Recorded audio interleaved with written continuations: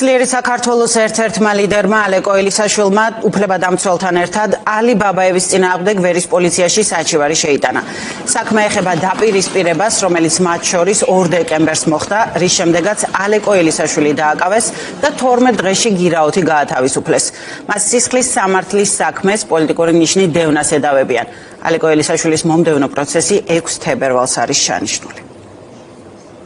კადრები, რომელიც თავარი მტკიცებულებაა პოლიციის მიერ ამოღებული და ეთერშიც გაშვებული, იმ კადრებში ჩანს, რომ მე დავარტყი და რეაქცია მქონდა ჩვენ შორის ინციდენტი მოხდა, მე წავედი და ახლობით 15 მეტრი გავიარე და ამ დროს ალი ბაბაევმა გამოგლიჯა ვიღაცას რკინის ჯოხი, ხელიდან გამოექანა და მთელი ძალით მოიქნია კინან თავი გადამიხლიჭა ის რომ მომხედრო და ძალიან მძიმე დაზიანებას მივიღებდი, ან ღმერთმა უწყის რამდენად ფატალობს.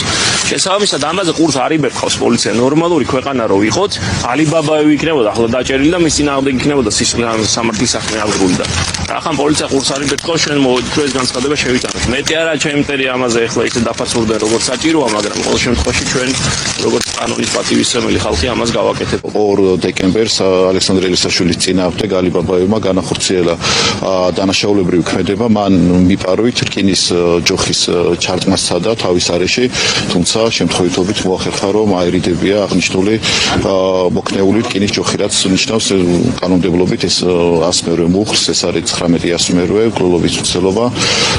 ჩვენ რა თქმა უნდა არ გვაქვს იმედი რომ ვერის პოლიციის დეპარტამენტი და სამმართველო გამოიძიებს აღნიშნულ საქმეს, თუმცა ჩვენ ყველანაირ მეთოდს და გზას ვიყენებთ სამართლებრივს რომ მივიღოთ მცირედი მაინც ის რეაგირება, რაც სამართლიანობის აღდგენას ნიშნავს.